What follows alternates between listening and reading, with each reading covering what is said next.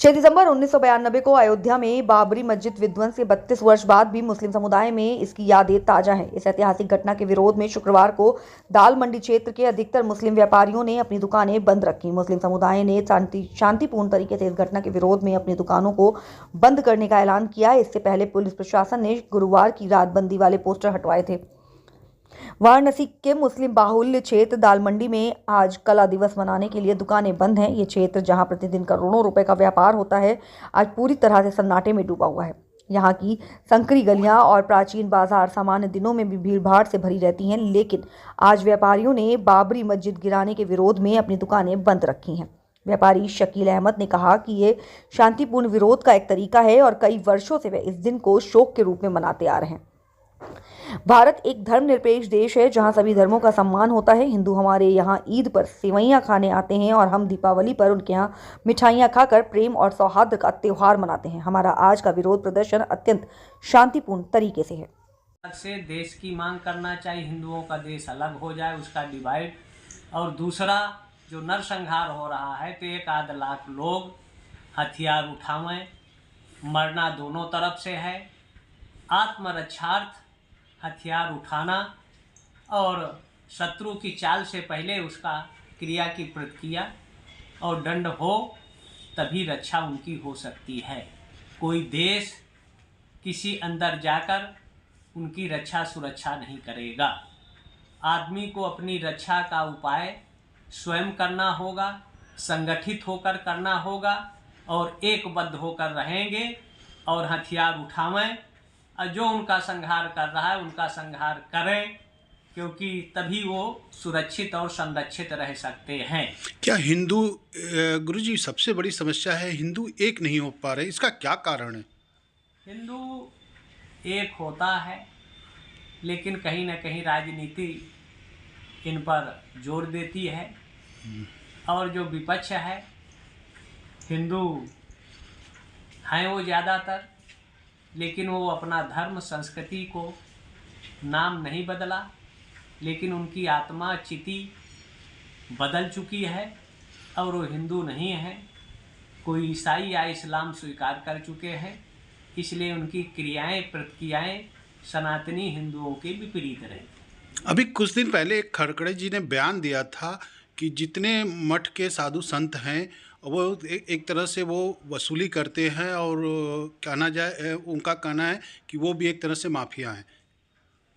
ये इनकी मूर्खता का परिचायक है और सबसे बड़ा माफिया अगर इस देश में है तो ओबीसी एससी के नाम पर 6000 करोड़ से ज़्यादा की प्रॉपर्टी खड़गे दलितों के नाम पर इकट्ठा कर लिया।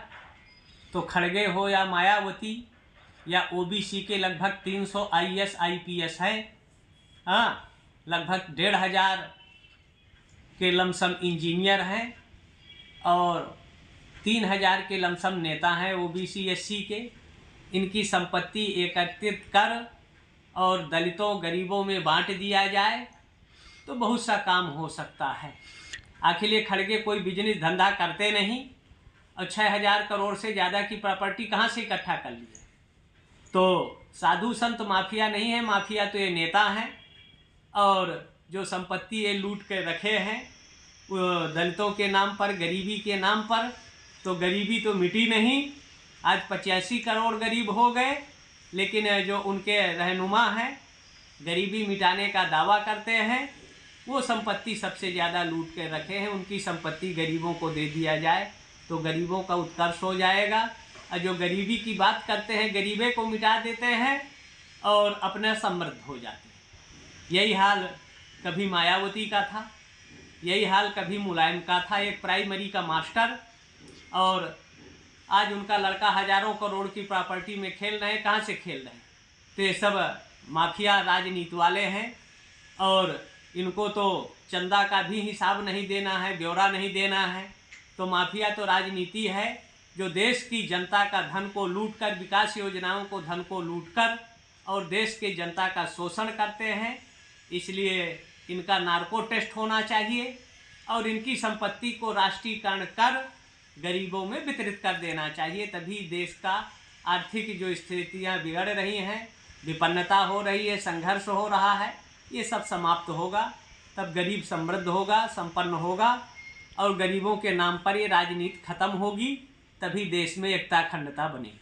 विपक्ष हमेशा एक बात कहती चली आ रही है कि सरकार धर्म के नाम पर देश को बांट रही है।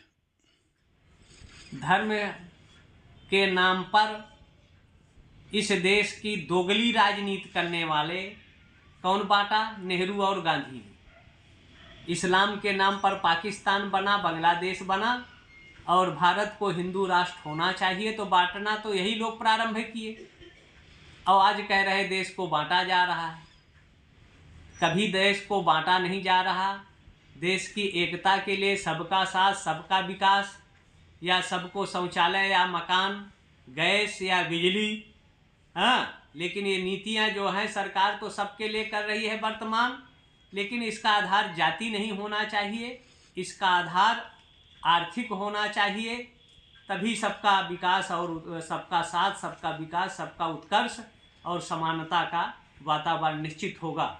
लेकिन जातिवाद का विष घोलकर समाज में एकता में सबसे बड़ी बाधक जो नेता लोग कहते हैं, सभासद हो चाहे सांसद हो, विधायक हो या मंत्री हैं, सब जाति के आधार पर बनते हैं, कोटे के आधार पर बनते हैं। हाँ, योग्यता भारत का डेमोक्रेसी में होना चाहिए, लेकिन भारत की डेमोक्रेसी में योग्यता का कोई नहीं है स्थान, और सबसे बड़ा स्थान अगर है तो जाति का है। और नेता कहते हैं जाति देश के एकता में बाधक है, तो नेता क्यों नहीं कहते कि जातिगत नहीं, उसका आधार आर्थिक होगा, वो किसी वर्ग समाज का हो तो निश्चित है समाज का उत्कर्ष विकास होगा। लेकिन ये अगर ब्राह्मण ठाकुर बनिया पैदा होगा झोपड़ी में, तो पैदा होते ही वो अरबपति हो जाएगा। ओबीसी एससी में पैदा होगा तो पैदा होते ही वो भिखारी हो जाएगा। भले उसका माँ बाप IAS हो, IPS हो, इंजीनियर हो, उद्योगपति हो, लेकिन उनका लड़का तो कटोरा भीख मांगने वाला होगा। ये डेमोक्रेसी की जो परिभाषाएं हैं, यही सबसे ज़्यादा गड़बड़ है, संवैधानिक गड़बड़ियाँ हैं। इसलिए जातिगत नहीं, इस देश को अगर आरक्षण व्यवस्था देना है तो आर्थिक आधार पर देना चाहिए।